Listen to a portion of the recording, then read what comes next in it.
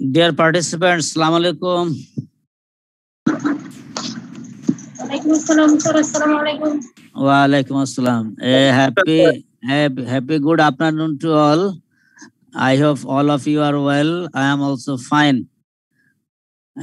Please tell me something about your previous classes.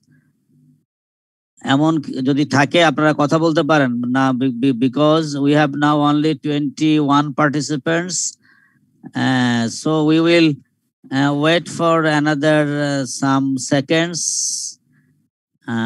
up to that moment if you want to tell something. Okay, sir. কেউ কিছু যদি share করতে চান, বলতে চান, আমরা কথা শুনতে চাই। জি, কেউ কিছু বলতে চান স্যাররা?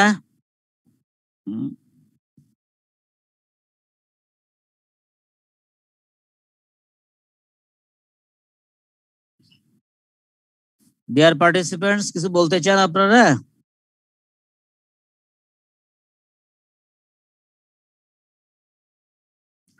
তো আমি নিজে আচ্ছা, আমি নিজে একটু সরি করছি ডিউ টু ইন্টারাপশন। আমরা গত ক্লাসটা একটু ইন্টারাপ্টেড হয়েছিলাম and that class was cancelled.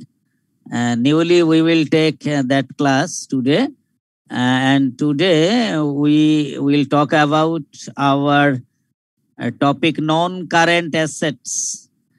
Non-current assets, you know, there are so many types of assets. Still, you know, current asset, non-current asset, financial asset, operating asset. আমরা কি নামগুলো শুনেছি sir? আমরা অ্যাসেটের অনেকগুলো প্রকার বেশ শুনেছি। Mainly normally we deal with current asset and non-current asset in our financial position. Our asset side, we classify our current asset under two categories. One is current asset, another non-current asset. And who are the current assets?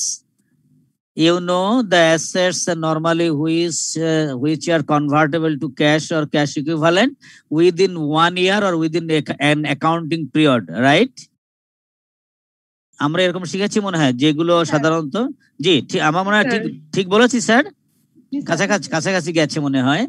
Main বৈশিষ্ট্য এরকম যে there are mainly 4 or 5 characteristics, but the main characteristics is these assets are convertible to cash or cash equivalent within 1 or an accounting period, and normally we treat 1 year equal to 1 accounting year. Normally who are they? Our inventory, cash in hand or bank, accounts receivable, short-term investment, আমরা এটাকে বলি হলো non-current asset. And who are the current assets? Non-current asset আমরা কাকে বলবো তাহলে sir? এখন যদি বলি non-current assets, normally non-current assets are mainly our operating assets. Normally these assets are used to produce revenue. নাকি স্যার? এরকম একটা কথা মনে বলি আমরা, নন কারেন্ট অ্যাসেট কে কাজে লাগিয়ে আমরা আসলে প্রফিট রেভিনিউ করি। Future economic benefit. হ্যাঁ, ফিউচার ইকোনমিক বেনিফিট তো থাকবেই, প্লাস আমরা মনে এটা থেকে আমরা মূলত প্রফিট আর্নিং অ্যাসেট হিসাবে নন কারেন্ট অ্যাসেটকে বলে থাকি। এরা আমাকে প্রফিটকে প্রডিউস করে, রাইট? এটা কিন্তু প্রফিটকে প্রডিউস করে, প্রফিটকে তৈরি করে। তো so today we will talk about this non current assets. And this discussion will be boundaried by our IAS. K boundary করে দিয়েছে নন কারেন্ট অ্যাসেটের জন্য sir?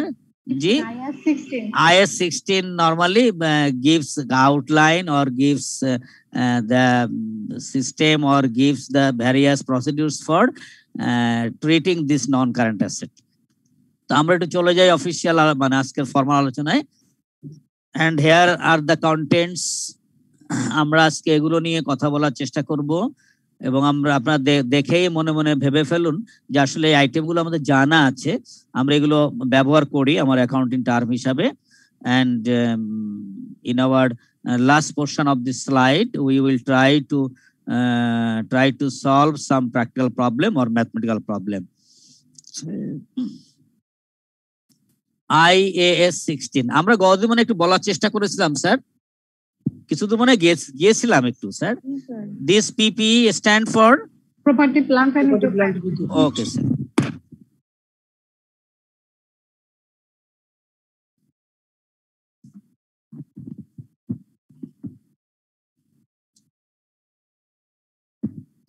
And normally this is our brief history or a simple history of our IAS 16. এটা আসলে কি করে আপনারা একটু পড়ে নিন, শুধু আমরা এটা নিয়ে আর বেশি কথাই বলবো না, এটুকুন আপনার জানার জন্য শুধু যে IAS 16 মূলত যে তার যে হিস্ট্রি দেখতে পাচ্ছি আমরা 982 এবং এটা একটু অ্যামেন্ডেড হয়েছে, যে অ্যামেন্ডমেন্টটা আমাদের 14 মেতে গিয়ে কাজ করে এবং finally it will be effective from 1st January 2022. অর্থাৎ আমরা 21 সালে এখন আছি, 22 সালে আমরা এটাকে দেখতে পারবো in practice or in our practical area. And now objectives আমরা গতদিন একটা চালাকি শিখেছিলাম। আসলে অবজেক্টিভ বলতে আমরা বুঝবো এর ভিতরে যে কথাটা বলা আছে পিপি নিয়েই তো বলা, একটু চালাকি করলে এইভাবে বলতে পারি নরমালি কি করে তার অবজেক্টিভ কি। নরমালি এটা হলো it prescribes for accounting treatment of PPE.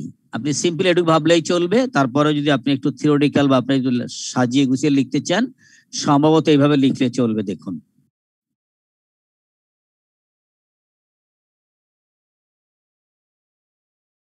and normally these objective covers these 4 areas or some issues or some areas. কি কি এরিয়া গুলো দেখে একটু দেখুন।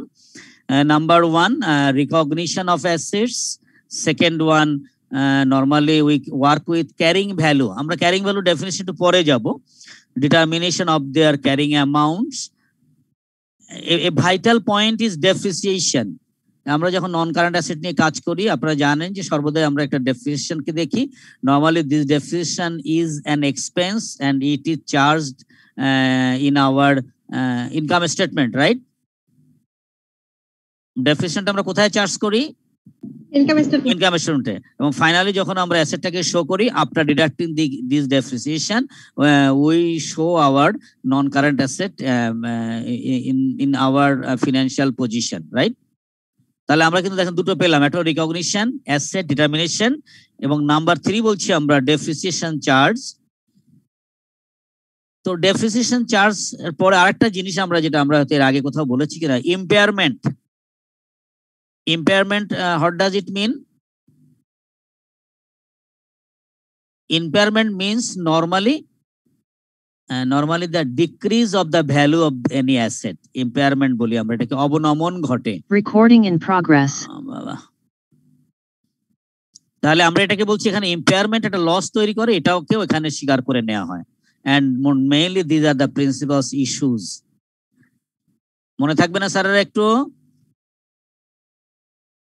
and now the question, what are the scope? কিছুই না, আপনি এখানে যে পয়েন্টগুলো বলেছেন normally this is the scope of hour IAS 16, অর্থাৎ কোন কোন এরিয়াতে এরা কাজ করে। মেইনলি আপনি যদি একটু মানে কোশ্চেনগুলো প্রত্যেকটা আলাদা করে মুখস্থ রাখলে কিন্তু আপনার পরীক্ষা হলে কষ্ট হবে। আপনি এটা থেকে একটু বেশি বেশি ভাবতে পারেন যে আসলে কোন কোন এরিয়াতে তারা কাজ করে। What are the scope of our this IAS 16? The areas of treatment are number 1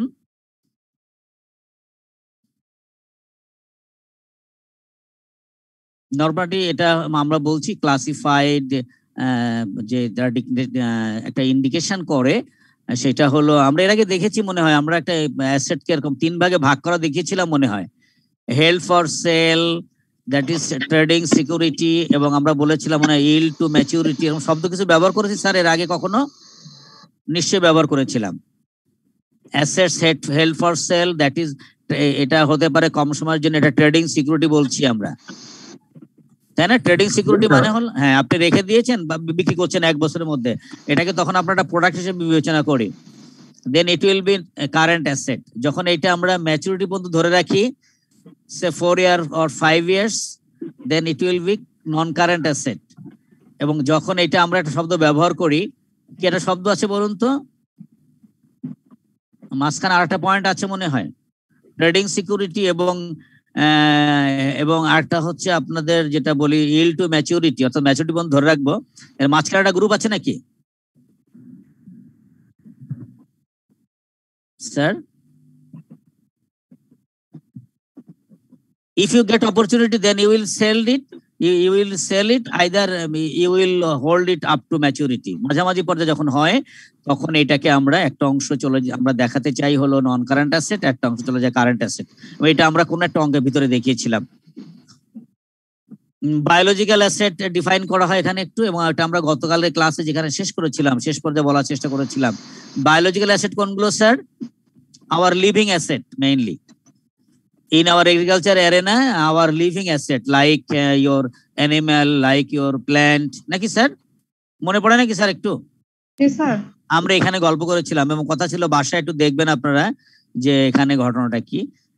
biological asset, এখানে আরেকটা অ্যাসেটের নাম আসছিল মনে হয়, বিআরআর অ্যাসেট। কে একজন আমাকে ভালো লেগেছে, উনি দেখেছেন এবং ওনার সেই যে তাকে ধন্যবাদ জানাচ্ছি। ওনার দেখাটাকে আমার মনে হয় ইমেলে সেন্ড করেছেন, আমি তো ভুল না করি। কেউ একজন করেছেন মনে হয়, তিনি কি আছেন আমার সাথে আজকে? আপনাকে অভিনন্দন, আপনাকে অভিনন্দন স্যার যে আপনি দেখেছেন, নিশ্চয়ই ভালো লেগেছে। আপনি পড়লে দেখবেন আরো ভালো লাগবে। অনেক সুন্দর জিনিস একটা আছে সেখানে। আমরা বলছি যে আমরা যে ইনভেস্টমেন্ট প্রপার্টি অ্যাকাউন্টেন্ট, আসলে অনেক ভিতরে জিনিস আছে, এগুলো আমরা সব বলতে গেলে আমাদের কিছু সময় আর পেরে উঠি না। এই সেই বিআরআর প্ল্যান ছিল। ভাই একটু বলুন তো কি বলতে চাচ্ছে এখানে, বিআরআর প্ল্যান কোনটা? বিআরআর প্ল্যান্ট হলো স্যার মানে এমন একটি লিভিং অ্যানিমেল বা প্লান্ট হতে পারে যেটা থেকে স্যার যে আমরা এগ্রিকালচারাল প্রোডিউস করি। Yes, thank you. প্রোডিউস করি এবং এটা মোর দেন 1 ইয়ারের ব্যবহার থাকে। ইয়েস, যেমন আপনি স্যার ব্রিডের জন্য যদি আমরা মাছ হয় হতে পারে, আবার গরু হতে পারে যদি বাচ্চার জন্য হয় তো মাদার গরুটা হলো আবার যদি আমরা নার্সারির মধ্যে মাদার গাছটা হলো আপনার মানে বিআরআর প্ল্যান্ট হবে। ওকে, থ্যাংক ইউ। চায়ের মধ্যে হতে পারে স্যার এই যে চা গাছটা, আমরা চা গাছটা লাগাচ্ছি। জি, thank you sir. This BRR plant will produce something new, তাই তো স্যার? মানে এটা তৈরি করে দিবে আমাকে কিছু। এই প্ল্যান্ট গুলো, গাছটা আমার গাছ হিসেবে থাকবে, মাটি হিসেবে থাকবে, তাই তো? ওকে, থ্যাংক ইউ। একটু পড়ে নিবেন স্যার এটা, এই কটা জিনিস। স্যার এক সময় কিন্তু স্যার এটা আবার এগ্রিকালচারাল প্রোডিউস হয়ে যেতে পারে। আচ্ছা, যখন আমরা গরুটা বুড়া হয়ে যাবে, মানে বৃদ্ধ হয়ে যাবে, তখন কেটে ফেললে কিন্তু এটা মাংস হয়ে যাবে, তখন এগ্রিকালচারাল প্রোডিউস হয়ে যাবে। Thank you sir. তো আমরা একটু দেখে নিব স্যার এই যে নতুন জায়গায় এসেছে, নতুন যারা আমার আজকে জয়েন করেছেন তাদেরকে ধন্যবাদ জানাচ্ছি, স্বাগত জানাচ্ছি। আপনারা এই দুটো জিনিস দেখবেন, বায়োলজিক্যাল অ্যাসেট আর একটা হলো বিআরআর প্ল্যান্ট, কনসেপ্টটা রাখতে পারেন। And now we will go for details of our PPE, and initially we will go for our definition. What is PPE? Can anyone explain or define this? আমরা এতক্ষণ জাস্ট ফরমেশন বা origin নিয়ে কথা বললাম, আমরা কিন্তু এখন একটু জানতে চাই যে আপনারা আসলে পিপিই বলতে আমরা কি বুঝবো। এনিওয়ান, ডেফিনেশনটা কি হতে পারে পিপিই?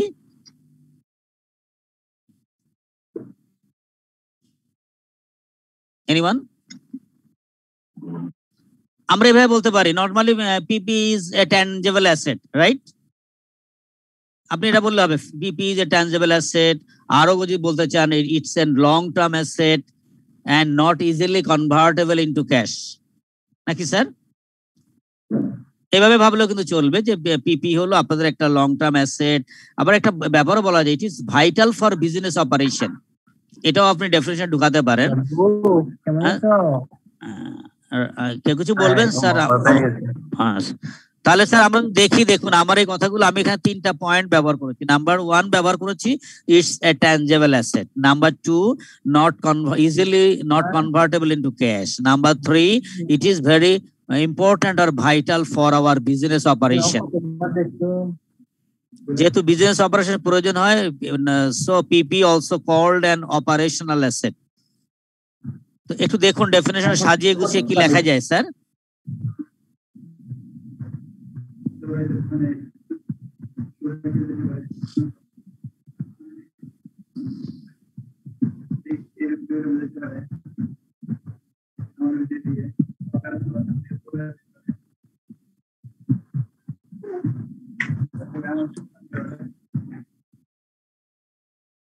জানা খুলে জানা একটু বাইরে দেখো, বাইরে বাতাস একটু লাগে।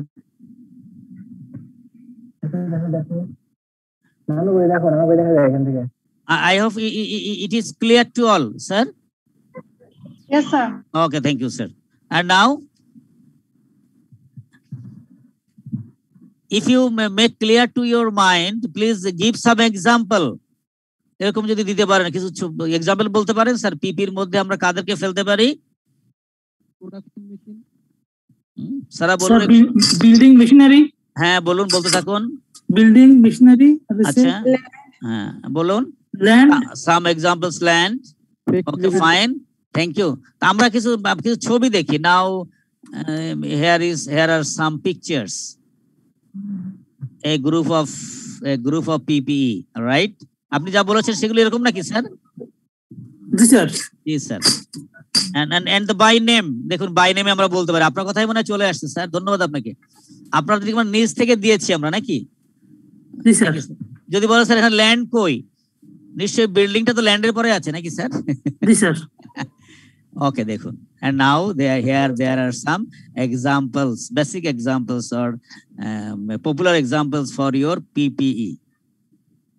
আমরা এগুলোকে ধরতে পারি। and for keeping our account, normally we use some key terms in this section. There are so many terms like carrying amount, depreciable amount, in net carrying amount। আর কি কি ব্যবহার করি এরকম নামগুলো? ফেয়ার ভ্যালু, মার্কেট ভ্যালু, এই নামগুলো সম্বন্ধে আমরা একটু জেনে নেব এখন। and now some key terms. Number 1, carrying amount. What is carrying amount?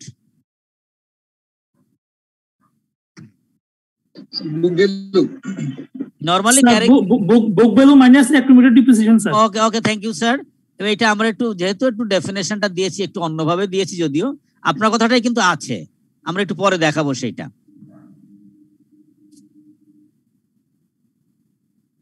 আপনি বলেছেন বুক ভ্যালু মাইনাস অ্যাকুমুলেটেড, আমি এটাকে একটু ঘুরায় বলছি net of any accumulated depreciation, okay, or accumulated impairment loss. And at a glance আপনি এটা বলতে চাচ্ছেন মানে, দেখুন তো sir. G sir. Okay, carried amount normally is equal to purchase cost minus accumulated depreciation or any kind of accumulated impairment. যদি impairment থাকে এটাও বিয়োগ হবে, আর depreciation তো বিয়োগ হবেই। Okay sir. And now what is cost? Cost বলতে আমরা কি বুঝি? এবং এটা আমরা বলবো হলো আমাদের এই পিপি দৃষ্টিতে আমরা কস্টের মধ্যে কাকে নিয়ে আসবো?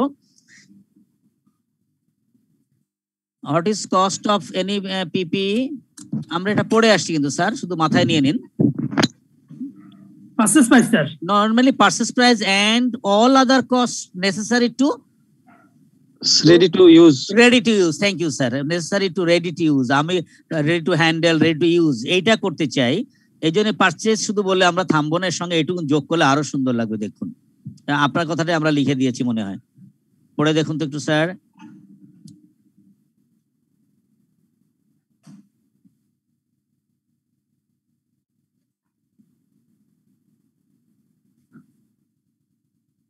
আমি আশা করছি এটা ক্লিয়ার আপনার সামনে এখন। জি sir. Okay, and now what is depreciable amount?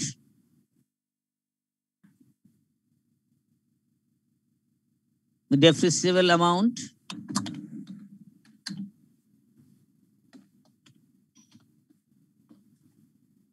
anyone?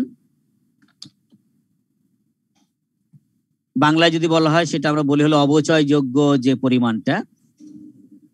Cost minus sales value sir. হ্যাঁ এটা বললেও হয়, সেটাও চলবে। রেসিডুয়াল ভ্যালু আমরা সেলস ভ্যালু বলি।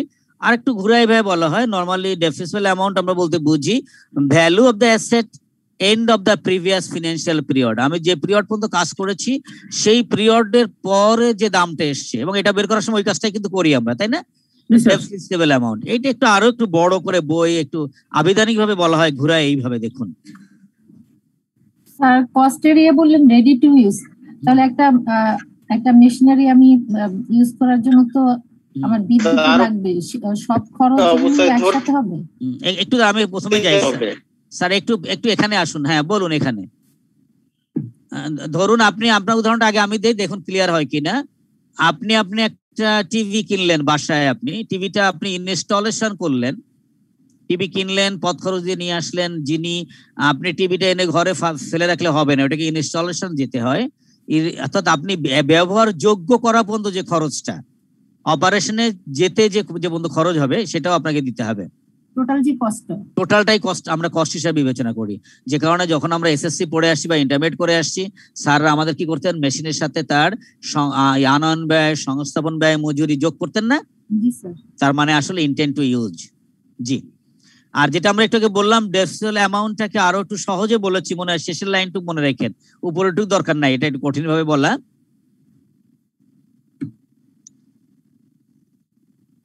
Substituted for cost minus it's residual value, এটাকে আরো সহজে নিচে বলা হয়েছে যে এটা মূলত বুক ভ্যালু পূর্ববর্তী বছরের শেষ পর্যন্ত। অর্থাৎ আমরা নিশ্চয়ই যখন কাজ করি আমরা কি করি, যখন ফিনান্সিয়াল পজিশন শো করি দেখবেন আমরা কস্ট মাইনাস ডেফিনিশন পর্যন্ত বাদ দিয়ে দেই, তাহলে বুক ভ্যালু যেটা থাকে that is update book value.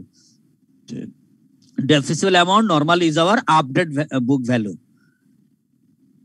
Okay, এটাই মনে বললেন একজন আমার মনে একটু আগে। হ্যাঁ স্যার, এন্ড নাও ডেফিসিবল অ্যামাউন্টটা একবার বলবেন please.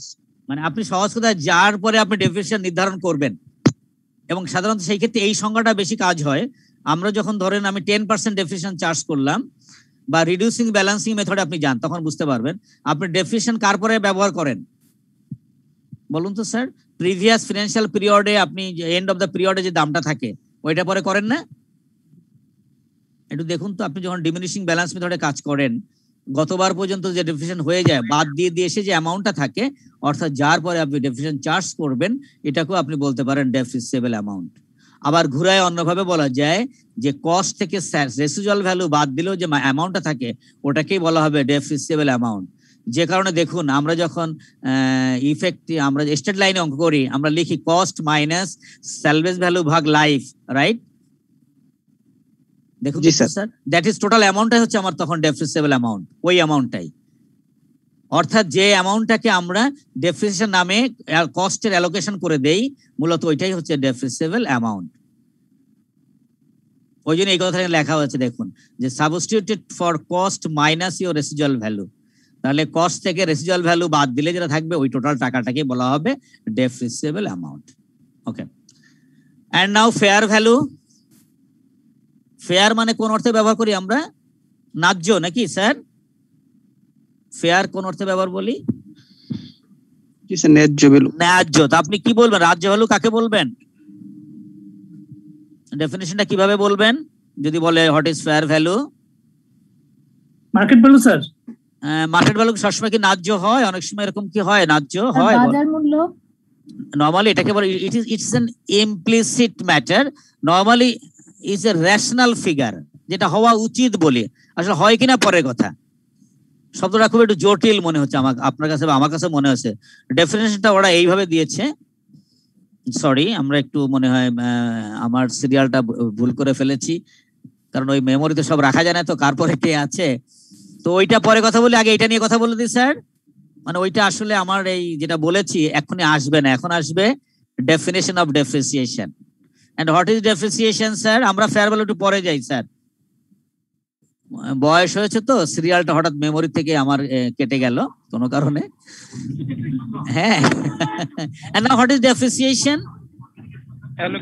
Allocation of cost of any property বলুন, যাই বলুন, অ্যাসেট বলুন, রাইট? আমরা এটাই ওভার ইটস ইউজফুল লাইফ, সাধারণত এটা আমরা কি করি সমস্ত জীবনব্যাপী ভাগ করে দেই নাকি স্যার? জি স্যার, বন্টন ব্যবস্থা স্যার। বন্টন ব্যবস্থা, it is allocation. Thank you sir. দেখুন আমরা তাই লেখার চেষ্টা করেছি, আর কিছু না। আপনার সুন্দর ডেভোডুক মনে রাখলেই চলবে।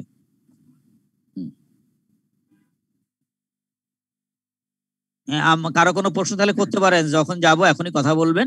আমাদের আজকের ক্লাসটা বেসিক্যালি আপনার থিওরি বেস, আপনার বেসটা আশা করি অনেকটা ক্লিয়ার আমি চেষ্টা করছি। ডেপ্রিসিয়েশন আর ডেপ্রিসিয়েবল অ্যামাউন্ট কি আলাদা? ডেপ্রিসিয়েশন বলতে এটা একটা প্রসেস বলছি আমরা, শুধু এটা একটা মেথড। আর আমরা যখন অ্যামাউন্ট বলি তখন এটা ডেপ্রিসিয়েশন অ্যামাউন্ট হতে পারে, ডেপ্রিসিয়েবল অ্যামাউন্ট হবে। যখন টোটাল ফিগারে বলছি তখন নাম দিচ্ছি ডেপ্রিসিয়েবল অ্যামাউন্ট। এটা কিন্তু একটা বলছি, দেখুন তো একটু খেয়াল করে কি লেখা, মেথড অফ অ্যালোকেশন, মেথড। আর এটা কিন্তু অ্যামাউন্ট বলছি, খেয়াল করবেন। আপনি যে প্রক্রিয়া বের করবেন, ঠিক আছে, ডেপ্রিসিয়েশন একটা প্রক্রিয়া মাত্র, নাকি? আমি মনে হয় বুঝাতে পারছি কিনা? অর্থাৎ ডেপ্রিসিয়েশনের টাকাটাকে আমরা কোন সিস্টেমে ভাগ করব? দিস ইজ ডেপ্রিসিয়েশন, ওটাই হচ্ছে ডেপ্রিসিয়েশন মেথড, ওটা মেথড। আর আমরা বলছি অ্যামাউন্টের কথা, কিন্তু আমরা আগে বলেছি টোটাল আমার টাকাটা, অ্যামাউন্টটা কত হবে ওটা জি। ডিসাইড করা বা ওটা বের করাটাই হচ্ছে আমার ডেপ্রিসিয়েবল অ্যামাউন্ট। যেমন আমরা বললাম যে কস্ট আছে 5000, সেলবেস 500, 4500, এটা আমরা টোটাল ডেপ্রিসিয়েবল অ্যামাউন্ট হচ্ছে 4500। and this 4500 অর্থাৎ 4500, which procedure we will use to allocate this figure? Yes sir, this is called depreciation, right? Okay, and now fair value, normally আমরা বলছি it's a rational figure।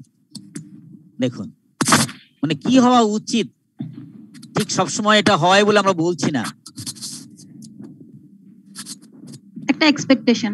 যেমন আপনি যখন দেখুন, আপনি যখন, আমি তো ভুল না করি, ফিনান্সে বন্ড ভ্যালুয়েশন করেছেন, অথবা আপনি যখন স্টক ভ্যালুয়েশন করেছেন না, এরকম মনে পড়ে স্যাররা যারা ফিনান্স করেছেন, স্টক ভ্যালুয়েশন বা বন্ড ভ্যালুয়েশন?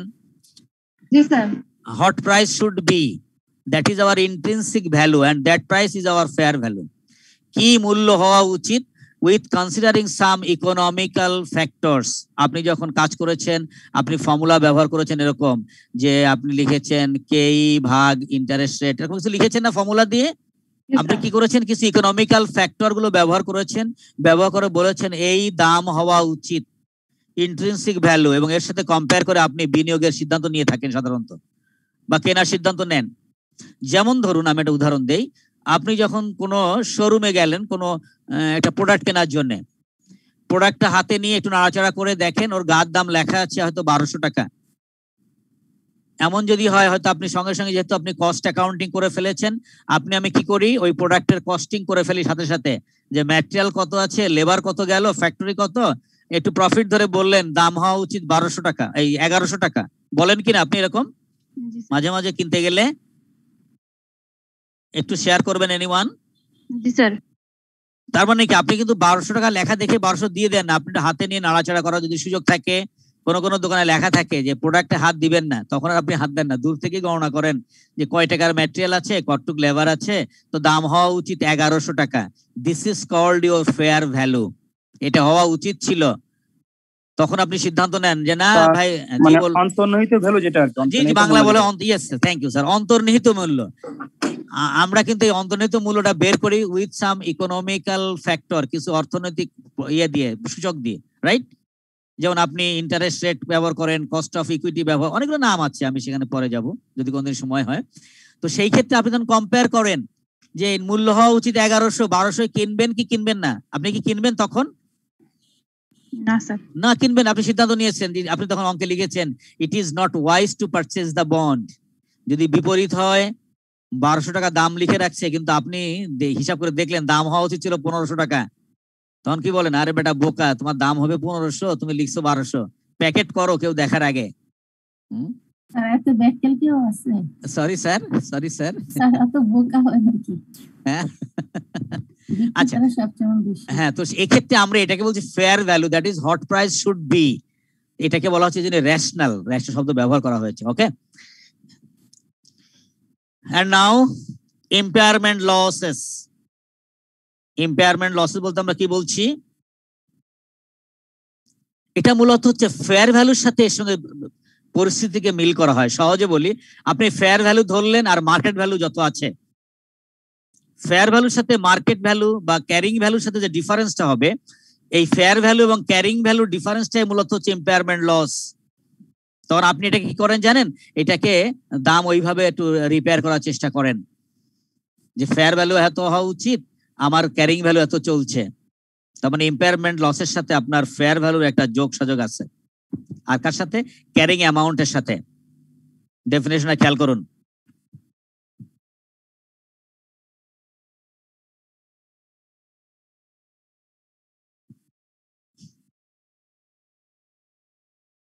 আমরা যেটা বলার চেষ্টা করেছি যে আপনার ক্যারিং অ্যামাউন্ট আছে, আপনি ফেয়ার ভ্যালু বের করলেন, the lower figure of this carrying amount is called impairment loss. দাম হওয়া উচিত 300 টাকা, আপনি চলছেন 280 টাকা নিয়ে, তাহলে 20 টাকাকে আমরা নাম দিচ্ছি আমাদের অঙ্কের জন্য ইম্পেয়ারমেন্ট লস। ওকে জি, যেমন এখন ইম্পেয়ারমেন্ট লসটা কি কারণে হতে পারে স্যার? এই যে কি কারণ সে তো অন্য ব্যাপার, এটা বাজার ব্যবস্থার কারণে হতে পারে। আপনি মনে করছেন দাম এত হবে, কিন্তু প্রকৃত অবস্থা দাম এটা নেই, বাজারে ডিমান্ড কমে যেতে পারে। আপনি যে প্রোডাক্ট নিয়ে ব্যবসা করছেন, অর্থাৎ যেটা আছে আপনার ওটা বাজারে চাহিদা নেই, হতে পারে। মানে ফেয়ার ভ্যালু থেকে কেন কমে যায় বিভিন্ন কারণ থাকতে পারে। নাম্বার 1 আপনার যেটা বললাম যে ডিমান্ড হতে পারে, বা ওই ইয়েটা অপ্রচলিত হতে পারে, ও আমাকে প্রোডাকশন কম দিচ্ছে, মেশিন পুরানো হয়ে গেছে, হতে পারে, বিভিন্ন কারণ হতে পারে। ঠিক আছে স্যার, এখানে কোনটা কম থাকে? ক্যারিং অ্যামাউন্ট কম থাকে না ফেয়ার ভ্যালু কম থাকে?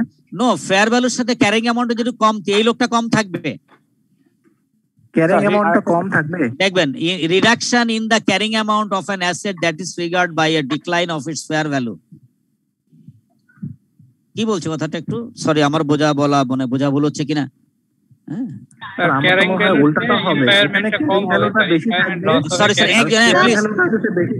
সরি টু সে, আপনারা একজনে যদি শেয়ার করতেন আমার জন্য সুবিধা হতো। আমরা ডেফিনেশনটা যেভাবে ব্যবহার করেছি তার সাথে মানে আমার কথা একটু উল্টা হয়ে গেল কিনা sir?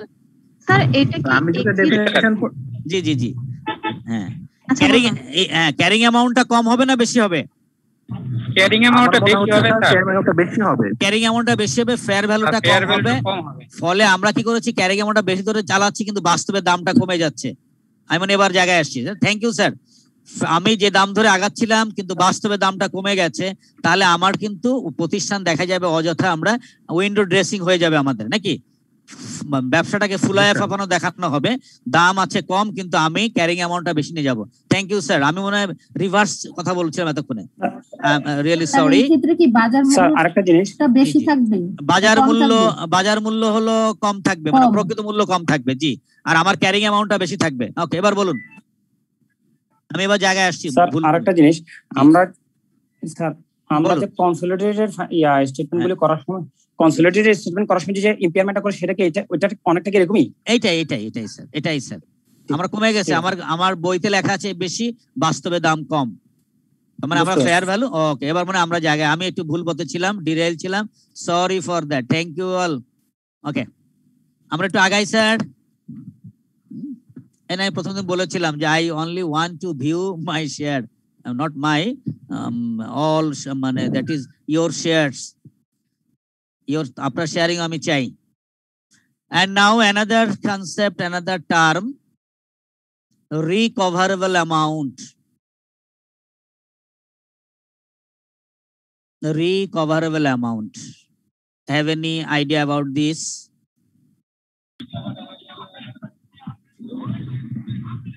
Normally this portion, recoverable amount, this item is guided by our IS 30, maybe IS 36.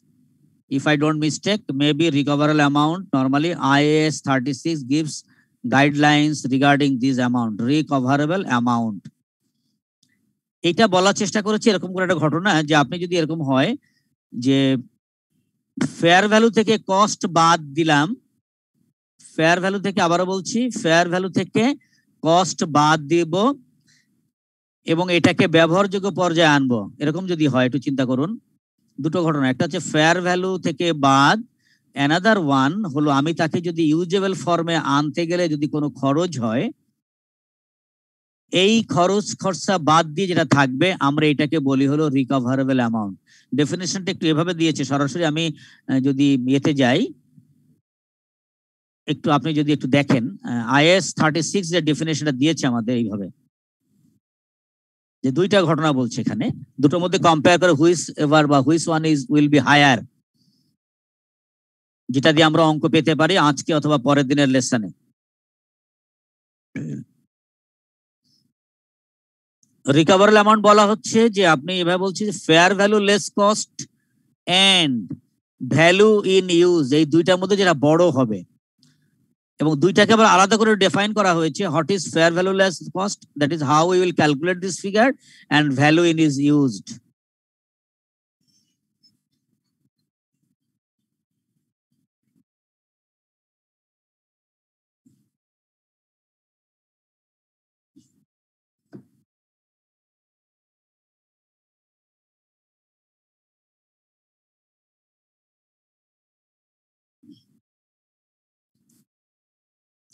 স্যাররা কি এটা ক্লিয়ার কিনা দেখুন। আমরা আবার বলছি recoverable amount is the higher value of fair value less cost or value in use. আমরা এইভাবে ডেফিনেশন দিতে পারি যে recoverable amount is the higher value of fair value less cost or value is in use. And now what is fair value less cost? একটু দেখুন আমরা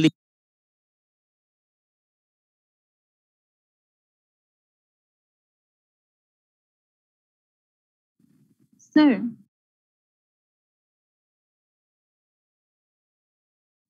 আপনারা কি স্যারকে শুনতে পাচ্ছেন? স্যার নাই। আচ্ছা,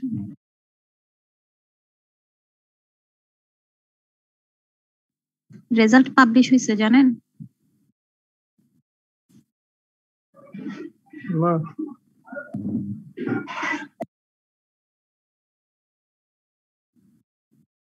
কিসের রেজাল্ট?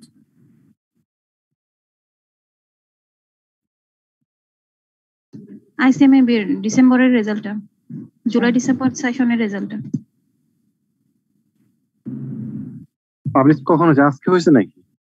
হ্যাঁ, কিছুক্ষণ আগে। ও আচ্ছা, ওকে, থ্যাংক ইউ স্যার আপনার মিউট করা। Sorry, okay, thank you sir. তো আমরা যেটা বলছিলাম যে এখানে নতুন একটা জিনিস নাকি প্রেজেন্ট ভ্যালু, এই শব্দ কি পেয়েছি স্যার আমরা? value in use, it normally the present value of the future cash flow. এই আইটেমটা সম্বন্ধে নিশ্চয়ই আপনাদের ধারণা আছে। আমরা ক্যালকুলেশন যাই, ফিনান্সে আমরা অনেক করে আসছি। আমরা একদিন মনে গল্প করেছিলাম যে present value normally we will calculate or we calculate this in the process any cash flow into present value factor of that time, নাকি স্যার? আমি যে টাইমের ক্যাশ ফ্লো নিয়ে কাজ করব তাকে তার প্রেজেন্ট ভ্যালু দিয়ে গুণ করলেই আমি বর্তমান মূল্য পেয়ে যাব। এই দুইটার মধ্যে যে লোক বড় হবে সে হবে আমার জন্য recoverable amount. Okay, thank you জি স্যার। স্যার বইয়ের মধ্যে যে ইমপায়ারমেন্ট লসের এটা ডেফিনিশনটা দেওয়া আছে, জি বলুন। By which the carrying amount exits its recoverable amount.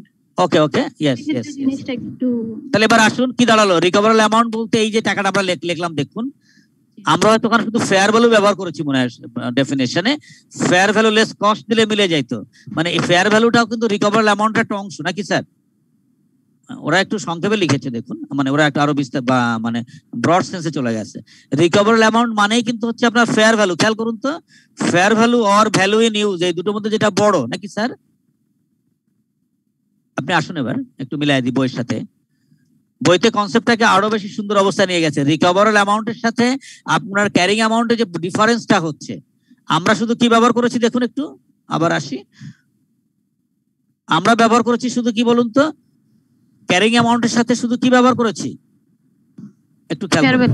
Fair value, fair value is also the portion of this figure. একটু খেয়াল করুন, এই না ফেয়ার ভ্যালু? জি স্যার। তাহলে রিকভারেবল অ্যামাউন্ট আমরা কাকে বলছি? ফেয়ার ভ্যালু অথবা প্রেজেন্ট ভ্যালুর মধ্যে যেটি বড়। আমরা এখানে ডেফিনেশনটা সিম্পল আমরা পেয়েছি ওইভাবে, আর আমার বইতে একটু আরো একটু সুন্দর করে দিয়েছে যে রিকভারেবল অ্যামাউন্টটা ব্যবহার করেছে। তো আপনারা ওইটাকে আপনি যদি মনে করেন যদি এক্ষুনি ওটা চেঞ্জ করলে ভালো হয়, আমরা করে দিতে পারি এবং সেটা মনে সুন্দর হয়। By decline is fair value না বলে আমরা কি বলতে পারি স্যার এখানে? Recoverable amount. Recoverable amount. এখন ঠিক করব স্যার? না না স্যার, আমি জাস্ট বইয়ের ব্যাপারটা একটু ক্লিয়ার হয় না না শিওর, না না ওটা ঠিক আছে। ওটা ছিল সিম্পল ডেফিনিশন যেটা আমরা পেয়েছি যখন। এটা আরো বেশি ডেপথে চলে যাচ্ছে সুন্দর করে। তো আমরা যদি এখানে লিখে দেই সুন্দর করে রিকভারেবল অ্যামাউন্ট, তাহলে কিন্তু জিনিসটা ক্লিয়ার হবে। আর রিকভারির ক্ষেত্রে কি মার্কেট প্রাইসটা বেশি হবে? হ্যাঁ, দুটো জিনিস, আপনার ফেয়ার ভ্যালু লেস কস্ট অথবা ভ্যালু ইন ইউজ, এই দুটোর মধ্যে যেটা বেশি হবে। এই যে এটা লিখলে কিন্তু সবই কভার করে গেল, রাইট স্যার? মুন্না ভাইয়া, ওকে, কন্ট্রোল এস। ওকে, আপনাকে ধন্যবাদ স্যার, আমরা এখনই ঠিক করে নিলাম।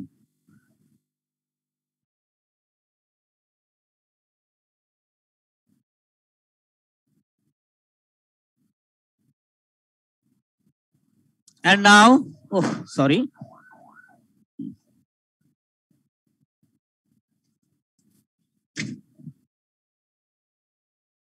রেসিডুয়াল ভ্যালু যেটা আমরা ব্যবহার করেছি কোথাও একটু আগে। রেসিডুয়াল ভ্যালু আমরা কাকে বললাম জানেন? Residual value sir, that is the estimated scrap value after its effective life. আপনার assets effective life, right?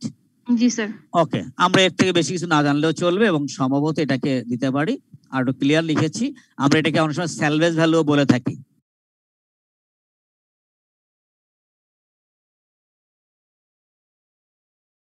Residual value.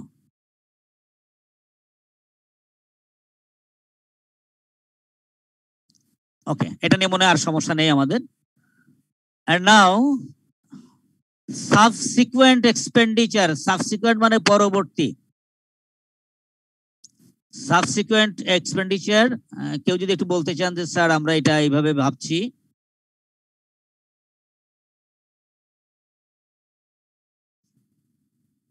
Anyone? Sir কোন একটা মেশিন চলছে অলরেডি চলছে, কিন্তু পরবর্তীতে কোনো একটা কারণে আমরা যদি কোনো ভ্যালু এড করা হোক বা এক্সপানশন হোক, যদি আমরা কোনো খরচ করে থাকি তাহলে সেটা হলো সাবসিকুয়েন্ট। হ্যাঁ, এবং সাবসিকুয়েন্ট এটা মেইনলি এটা ক্যাপিটালাইজও হতে পারে। ক্যাপিটালাইজ মনে হয় না স্যার, এটা আমরা দেখবো একটু পরে যে সাবসিকুয়েন্ট এক্সপেন্ডিচার এটা মানে ক্যাপিটালাইজ করার কথা নাকি? স্যার সাবসিকুয়েন্ট কস্টের মধ্যে কিছু আছে ক্যাপিটালাইজ হয় আর কিছু হয় অপারেটিং। Okay, thank you. বাংলায় বলি হলো আমরা পরবর্তী খরচ করা হয়। মেশিন আপনি লোকেশনে নিয়ে আসছেন, ব্যবহার করছেন কিছুদিন, এরকম হতে পারে, তাই তো sir? Financial repair and maintenance মতো? হ্যাঁ, রিপেয়ার হতে পারে, যেটা বড় আকারে হয়, হতে পারে। আমরা এক্সাম্পলে যাবো স্যার একটু পরে। জি বলুন, বলুন স্যার, শুনছি স্যার। হ্যালো, জি জি শুনছি, বলুন sir. Sir longevity of asset অথবা ইউটিলিটি অফ দিস অ্যাসেট যদি ইনক্রিজ করে তাহলে সেটা ইয়া হবে স্যার, দ্যাট ইজ একটা ইকোনমিক্যাল বেনিফিট পাওয়া যাবে ফর লং পিরিয়ড, তাই তো sir? Okay, thank you sir. এবং তাই মনে আমরা লেখার চেষ্টা করেছি না, দেখুন তো একটু।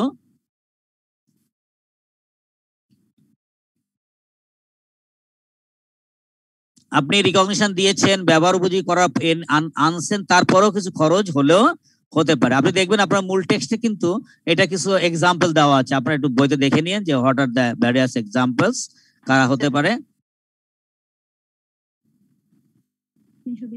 ওকে, এন্ড নাও ডিসক্লোজার। এটা আমরা গল্প বেশি করব না। সাবসিকুয়েন্ট এটা বুঝি নাই। সাবসিকুয়েন্ট মানে হলো পরবর্তী।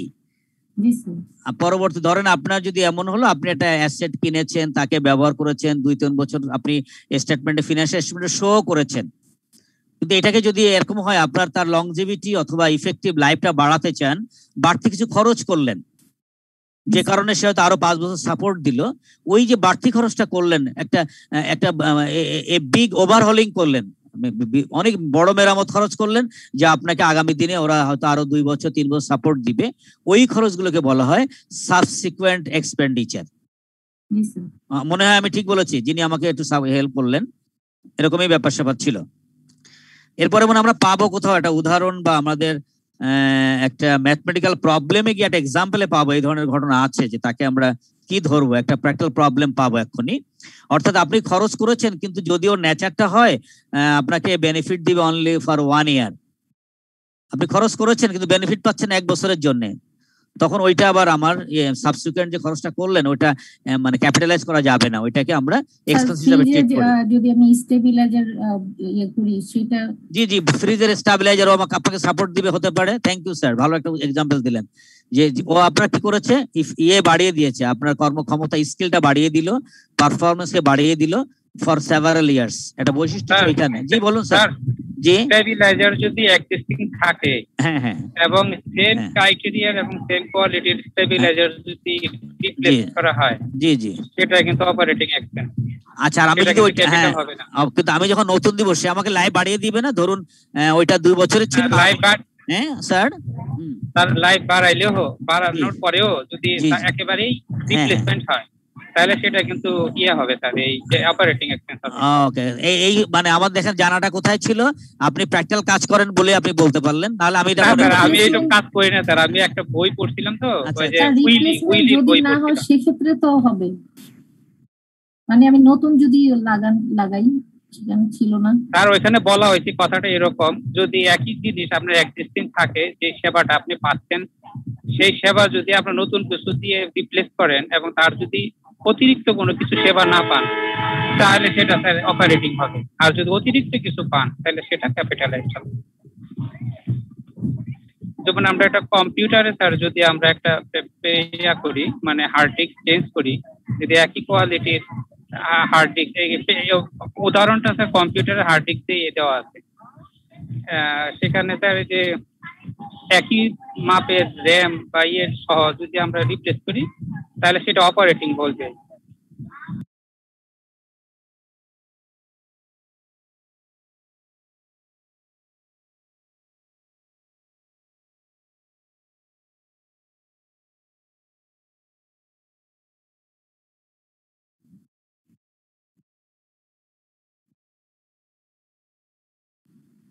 স্যারকে তো শোনা যাচ্ছে না।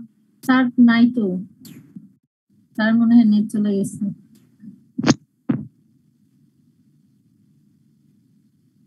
রেজাল্ট কি কোথায় দিয়েছে? আমাদের আইসিএর ওয়েবসাইটে।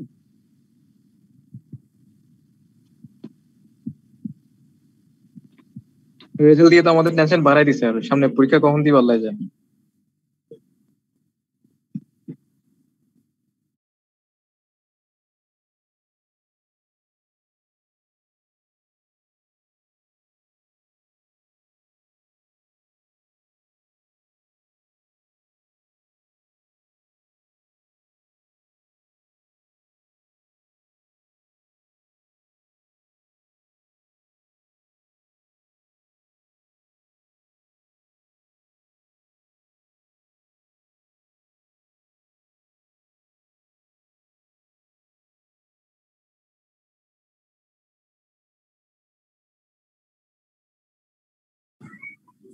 স্যার কি নেই? নাই তো, মেবি ইলেকট্রিসিটি চলে গেছে মনে হয় স্যারের ওখানে।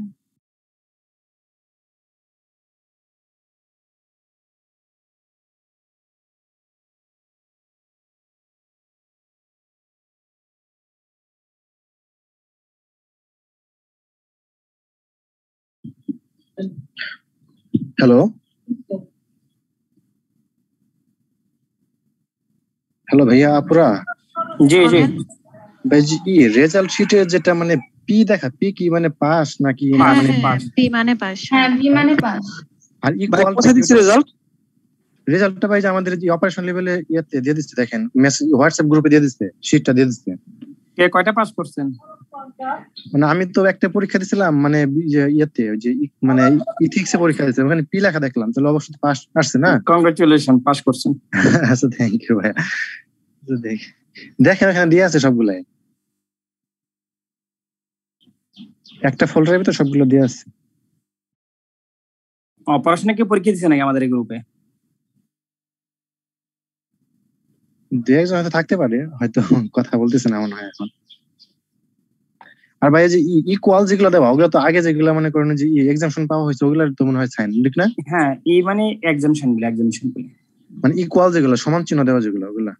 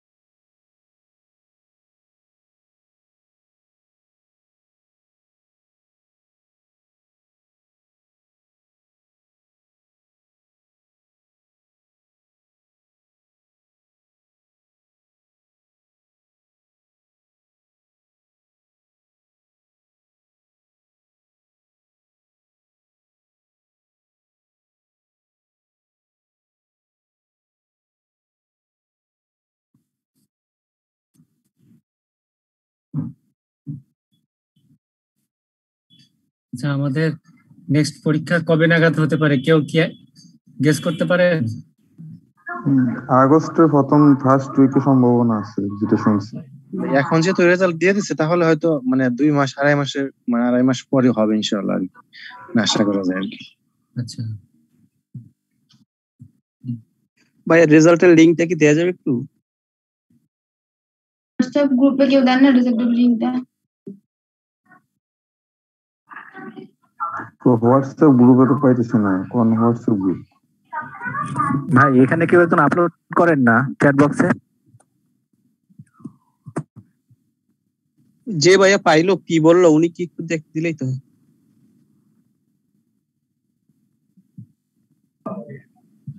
দিয়ে দিয়েছি, লিংক দিয়ে দিয়েছি চ্যাট বক্সে। হ্যাঁ শেষ 900। আলহামদুলিল্লাহ।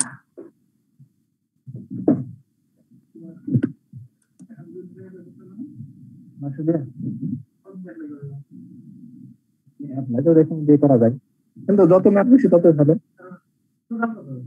2000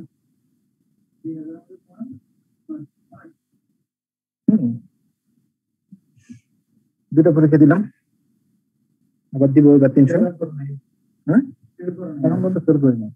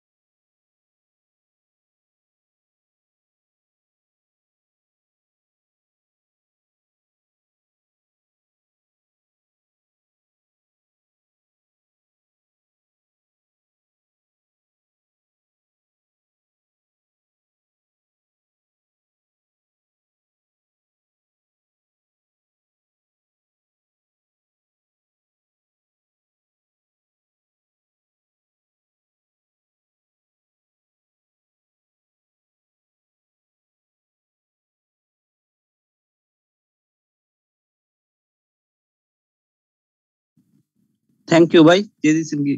আলহামদুলিল্লাহ।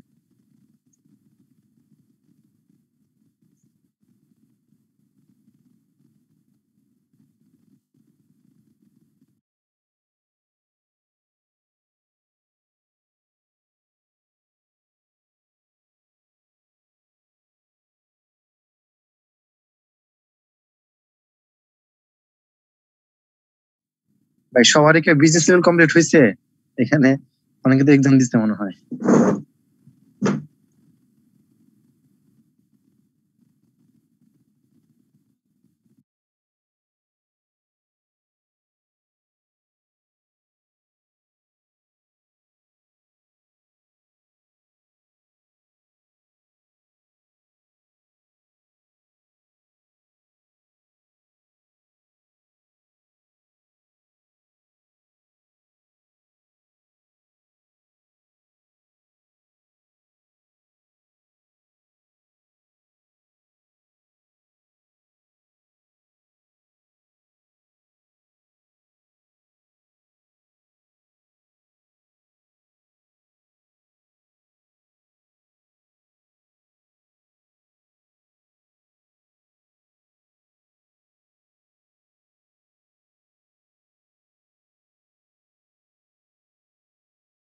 Recording stopped.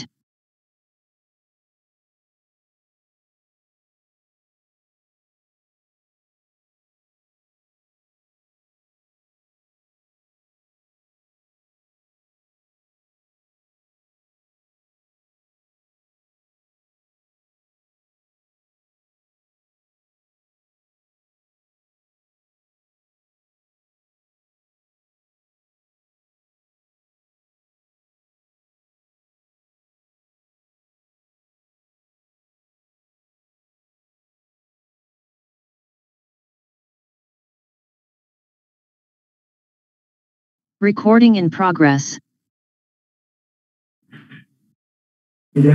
Recording stopped. রেজাল্টের মধ্যে যেখানে ইজ ইকুয়াল টু দেওয়া ওটা কি হচ্ছে আমরা এক্সামিনেশন যেটা পাইছি আর কি মানে পাস এরকম আপনাদের কি ক্লাস শেষ নাকি? স্যার হচ্ছে ডিসকানেক্ট হয়ে গেছে। স্যার কখন থেকে বের হয়ে গেছে? এই তো একটু আগে। স্যার হঠাৎ করে বের হয়ে গেছে না এমনিতেই? না নেট মনে হয় চলে গেছে স্যার। আচ্ছা আচ্ছা আচ্ছা, এটাই আমি বুঝতেছি না স্যার নাই আপনাদের ক্লাস কি শেষ কিনা।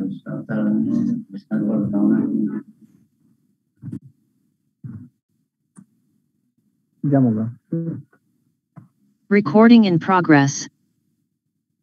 জামুগা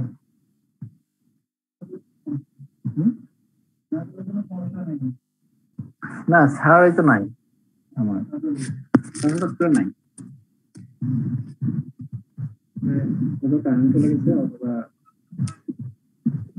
গোলাম রাসেল ভাই না স্যার নাই বলতে কথা। জি ভাই বড় ভাই বলেন। না ভাই ভাই আপনি পরীক্ষা দিয়েছিলেন তো মনে হচ্ছে না? হ্যাঁ হ্যাঁ পাস করছেন। জি ওই যে একটা সাবজেক্টই ছিল তার মানে বাকিগুলো হচ্ছে এক্সামশন আর এই। আপনি এক্সামশন পাইছিলেন কয়টা পাইছিলেন এক্সামশন? 4টা পাইছি আর একটা ইথিক্স পরীক্ষা। তাহলে তো হ্যাঁ ঠিক আছে পাস। তাহলে আপনি আমরা একসাথে ক্লাস করছি বিজনেস লেভেলে, তাই আমি পাস করছি ইনশাআল্লাহ। ভাই যারা পাস করতে বেশি হবে কখন বলেন? ভাই সত্যি কথা বলতে কি ভাই এই পাসটা সত্যি অনেক মানে একদম মানে অনেক বড় একটা পাস আর কি, মানে এইচএসসি থেকে বেশি মনে হইতেছে আর কি ভাই। এখান থেকে আপনাদের এক্সাইটেড দেখে মনে হচ্ছে যে এটা অনেক ইম্পর্টেন্ট বিষয়। মিষ্টি খাওয়া দেখে সবাই দাওয়াত দিবেন, কেউ দিচ্ছে না ভাই। এতদিন বলে পাস করছি এই পাইছি সব পাইছেন, কিন্তু দাওয়াত তো দিতেছেন না ভাই। ভাই ইনশাআল্লাহ ভাই ক্যাম্পাসে দেখা হলে অবশ্যই ইনশাআল্লাহ দেখালে খাওয়াবো ইনশাআল্লাহ। দাওয়াত দিলে তো অবশ্যই যাবো ভাই। ভাই সত্যি খুবই মানে খুশি লাগতেছে আর কি, মানে পাস করছি। আমি নলেজ লেভেলে ভর্তি হয়েছিলাম, তো নলেজ লেভেলে মনে করেন 2বার ফেল করছিলাম, পরীক্ষা দিতে পারছিলাম না। অনার্স লেভেলে ভর্তি হয়েছিলাম, পরে হচ্ছে গ্রাজুয়েশন শেষ দেওয়ার পরে এক্সামিনেশন নিয়ে বিজনেস লেভেলে ভর্তি হলাম। ভাবলাম যে এখন থেকে খুব সিরিয়াস আর কি, যে আল্লাহর রহমতে প্রথম চান্সে পাস করছি, খুব ভালো লাগতেছে। হ্যাঁ ভাইরা কংগ্রাচুলেশনস। হ্যালো থ্যাংক ইউ ভাই। বলেন যারা পাস করছেন একটু গাইডলাইন দেন ভাই, বিজনেস ইথিক্সে কিভাবে পাস করা যায়? ভাই আমি বলতে গেলে স্যার যে শীটগুলো পড়াইছে মানে আমি শীটগুলাই সবগুলাই পড়ছি, আর প্রিভিয়াস কোশ্চেন মানে যতগুলো আছে মানে সব মানে এ টু জেড একটা কোশ্চেনে বাদ দেই নাই, মানে ওইখান থেকে ওভারঅল বই ক্লিয়ার করতে হবে না? হ্যাঁ হ্যাঁ কোন স্যারের শীট? মনোয়ার স্যারের না হেলাল না হেলাল স্যার আছে না, হ্যাঁ হেলাল স্যারের শীট সম্পূর্ণ কভার করতে পারলে। আর হচ্ছে যে মানে প্রিভিয়াস কোশ্চেন আমার হেলাল মনোয়ার স্যারের শীটটা মনে হচ্ছে যে আমার কাছে মনে হচ্ছে মানে আপডেট না, কিন্তু ভাই সিমাটেক্স কি পড়া খুবই জরুরি না? ভাই আমি সিমাটেক্স রেখে দিতে ভাই, সিমাটেক্স পড়ারই দরকার নাই। আমি সিমাটেক্স খুলি নাই, মানে ইথিক্সের জন্য খুলিও না একদিনও। ও আচ্ছা আচ্ছা, তাহলে হেলালউদ্দিন স্যারের মনোয়ার স্যারের শীটটা পড়বেন আর হেলাল স্যারের শীটটা পড়বেন, তাহলে ইনশাআল্লাহ পাস হবে। হ্যাঁ হ্যাঁ ক্লাস তো হেলাল স্যারই নেয়, তো খুব ডিটেইলসে লেখা, খুবই স্ট্যান্ডার্ড ল্যাঙ্গুয়েজে লেখা। এবং আমাদের তো আইসিমিতে মনে হয় হেলাল স্যারই ক্লাস নাই মনে হয়, নলেজ লেভেলে উনি তো মনে হয় ওনার শীটগুলো অনেক মানে বিজনেস ইথিক্স তো হেলাল স্যারই ক্লাস নাই। হ্যাঁ ওনার শীটগুলো কভার করতে পারলে আর প্রিভিয়াস কোশ্চেনগুলো করতে পারলে মোটামুটি ইনশাআল্লাহ মানে আশা করা যায়। মেইনলি প্রিভিয়াস কোশ্চেনের উপর বেশি জোর দিলে মনে বেশি বেনিফিটেড হওয়া যাবে ভাই। হেলাল স্যারের প্রিভিয়াস এখন কি ক্লাস হবে ভাই? এখন তো স্যার আসবে কিনা বলা যাচ্ছে না। আচ্ছা ইউআর পাস করছেন কি এখানে? ভাই একটা প্রশ্ন ছিল, সেটা হচ্ছে ইকুয়াল টু দেওয়া মানে যদি মানে এক্সামশন পাওয়া হয় তাহলে জি 5 এর ভিতরে যে অনেকের ইকুয়ালিটি দেওয়া, তো G5 তো কেউ ইয়া পায় না, এক্সাম্পশন পায় না। না হয়তো উনি আগে পরীক্ষা দিতে হয়তো পাস করছে হয়তো, অথবা পরীক্ষা দেয় নাই। ভাই ইকুয়াল হচ্ছে এবার আপনি পরীক্ষা দেন নাই, হয়তো আগে দিয়েছেন বা পরবর্তীতে দিবেন আর কি, ওটা হচ্ছে ইকুয়াল দেখায়। ও আচ্ছা, অথবা পাস হয়ে গেছে এরকম হতে পারে। এইবার আপনি পরীক্ষাতে বসলো ফের করছেন শেষ, এবার পরীক্ষা দেন নাই, এটা হচ্ছে ওইটা দেখাচ্ছে আর কি। ভাই আমাদের অপারেশনাল লেভেলে হ্যাঁ, আগে যেমন আমরা এই হেলা স্যারের শিটের সাথে ওই যে নব্যোদয়ের একটা বই পড়ছিলাম, সেখানে এক্সাম সলিউশন গুলো আছে। এখন অপারেশন লেভেলেও কি ওই নব্যোদয়ের ওরকম বই পাওয়া যায়, বা আপনারা কিভাবে? আমি ভাই সত্যি কথা বলতে আমি হচ্ছে ওই অনলাইন অর্ডার দিয়ে বই আনছিলাম, তো নবোদয়ের বই হচ্ছে যে মানে পারফরমেন্স অপারেশনের জন্য আনছিলাম, ওইটা আইনা রাইখা দিছি, ওখানে কিছু বুঝতেছে না, মানে একদম মানে কোশ্চেন মানে ইয়ার ওয়াইজ ইয়ার কোশ্চেন দেয়া না, এবং সলিউশন গুলো কেমন যেন আর কি। তাহলে ইয়ার ওয়াইজ মানে এক্সাম সলিউশন গুলা কিভাবে ইয়া করা যায়? করতে পারেন ভাই, যে ওয়েবসাইটে যে মানে এগুলো দেয়া আছে না, এক্সাম কোশ্চেন আনসার সহ দেয়া আছে, ওগুলো কালেক্ট করতে পারেন। আমি ওগুলো মানে ডাউনলোড দিয়ে রাখছি, প্রিন্ট করি না এখন পর্যন্ত, প্রিন্ট করবো আর করার জন্য বের হতে পারতেছি না আর কি বাসা থেকে।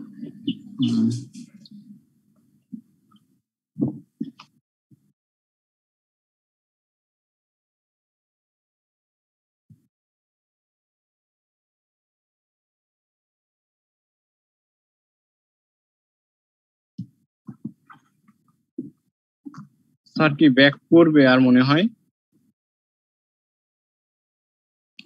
লাস্ট ক্লাস তে এভাবে উনি চলে গেছিল, মানে সেশন সেই ক্লাস টাইম শেষ হয়ে ক্লাসেও ডিসকানেক্টেড হয়ে গেছিল স্যার। হ্যাঁ এভাবে স্যার একটু প্রবলেম হচ্ছে, উনি নেটে কোনো প্রবলেম মেবি হতে পারে।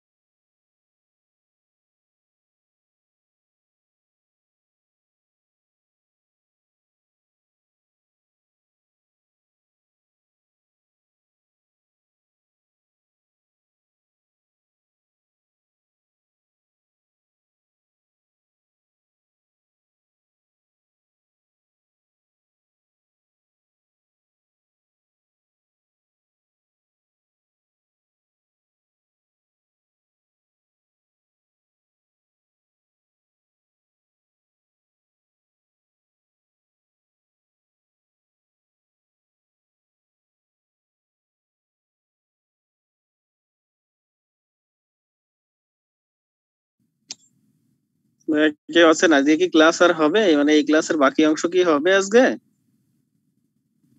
কি জানি লিভ নিয়ে দেবো নাকি বুঝতেছি। রেজাল্টের খুশিতে সবাই চলে গেছে নাকি? তা অনেকটা হতে পারে, সবাই মিষ্টি মুখ করতেছে। ভাই আপনি পরীক্ষা দিয়েছেন? না আমি পরীক্ষা দেই নাই, তাহলে তো আমিও মিষ্টি মুখ করতাম এখন। আজকে পারবে আমার কাছে আমি মিষ্টি মুখ করে আচ্ছা ভাইয়া কারো কাছে কি E1 এর লেকচার শীট গুলো আছে? ইউনটা বই পড়েন, আমি বই পড়ে আজকে পাস করলাম, বই পড়ছি ডাইরেক্ট, কোনো কথা নেই। বই তো পড়লাম, 2 বার পরীক্ষা দিলাম কিন্তু হইলো না। এইবার যে কোশ্চেন আসছে আমি তো ভাবছি ফেল করব, আল্লাহর রহমত কিভাবে পাস করলাম আল্লাহ। কোন বই পড়ছেন? বই সিমার বই বই পড়ছি।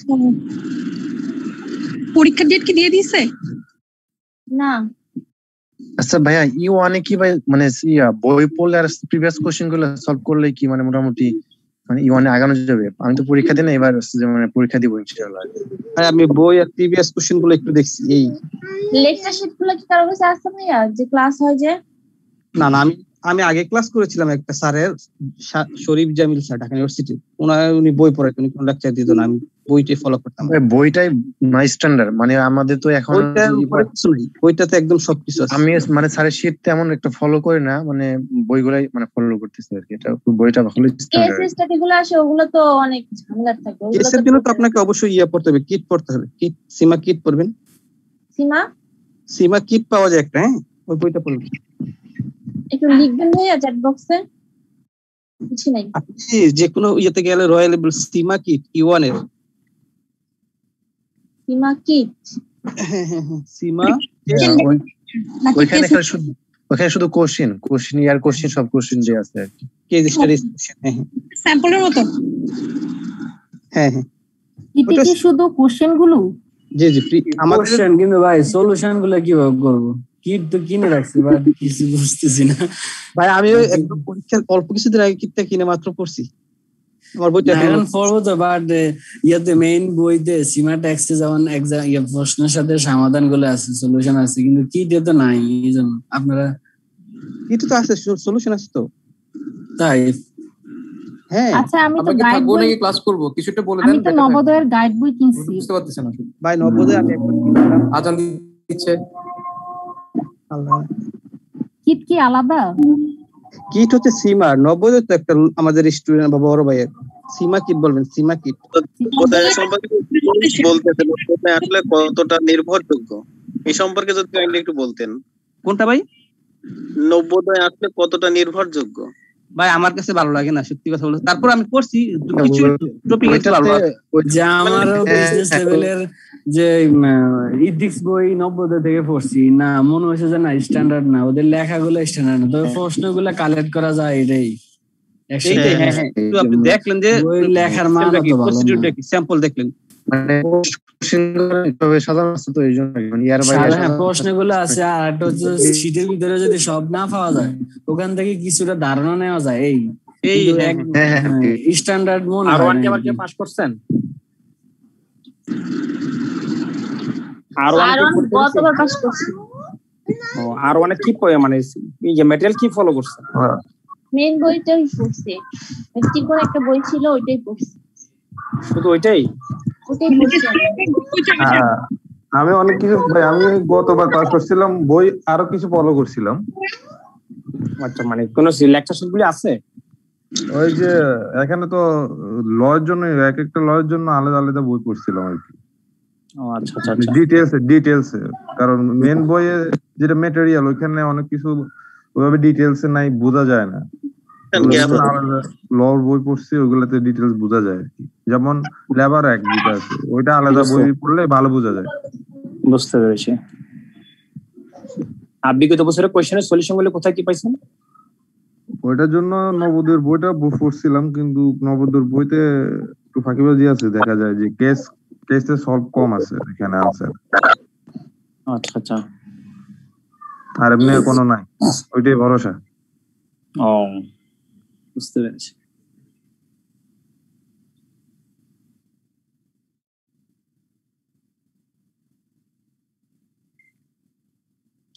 ভাই ইয়ন সম্পর্কে, ইয়নে কেউ কি পাস করেছেন এই যারা কথা বলছেন? আমি পাস করছি। জি আমি পাস করছি ইয়নে। আপনি যদি চাইলে পরামর্শ দিতেন তাই। ওই কিটটা বললে হয়, কিট আগে একটা আছে না ওই কিনা এটা মেইন বইটা আইসিএম এর। থ্যাংক ইউ ভাইয়া। ওই দুটো পড়লে ভালো লাগে না। আর কেস স্টাডি কোনো জায়গায় নাই আসলে, ওটা বুঝে লিখতে হয়। ডাইরেক্ট সীমা কিট থেকে পড়েন ইউএনের জন্য ওইখান থেকে কমন আসে না, আসলে আপনি ভালো ধারণা পাবেন। হ্যাঁ কিটটা বলতে হয়, মেইন বইটা বললে হয়। একদম আপনার ফুল 100% ধারণা হয়ে যাবে কিভাবে লিখতে হবে, কিভাবে কি করতে হবে। আগে আপনি মেইন বইটা পড়বেন, তাহলে আপনি একদম কি দিলে বুঝতে পারবেন। তার মানে ইউএনের যে ডিসেম্বরে পরীক্ষাটা হইছে ওইখানে আসে না। মেইন বই আর কিট পড়লে আর কিছু বাকি থাকে না। দুটো বলে আর পাওয়া যায় নিয়ে যে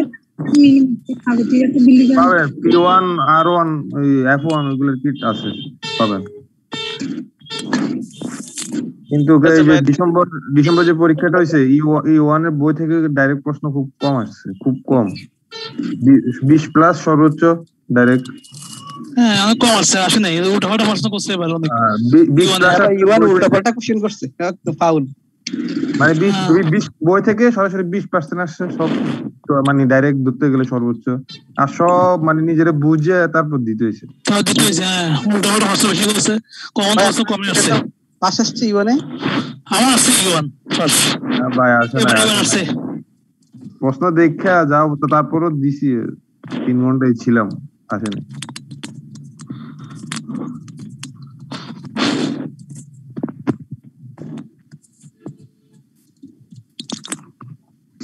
P1 বা F1 কি এখানে কেউ পাস করছেন? পরীক্ষাই দেই নেই ভাই। এবার ক্লাস করলাম, এবার মনে পরীক্ষা দিতে পারবো না আমি, মানে 10% পড়াও বুঝি নাই, আমার মাথা এত ডালের ডাল। মানে সারা পড়ে ভালো, কিন্তু আমি বুঝি না কেন জানি, একটা গাদা।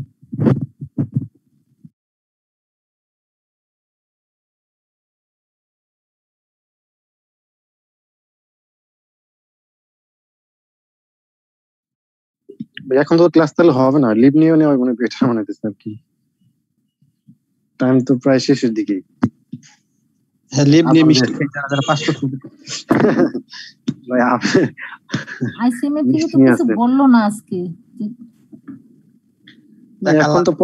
এখন তো 15 মিনিটের জন্য ক্লাস হবে না। না স্যারের বাসায় বলে কারেন্ট চলে গেছে, খুবই ডিস্টার্ব করতেছে। 2 দিনে একটা লেকচার শেষ হলো না এখন পর্যন্ত, এটা খুবই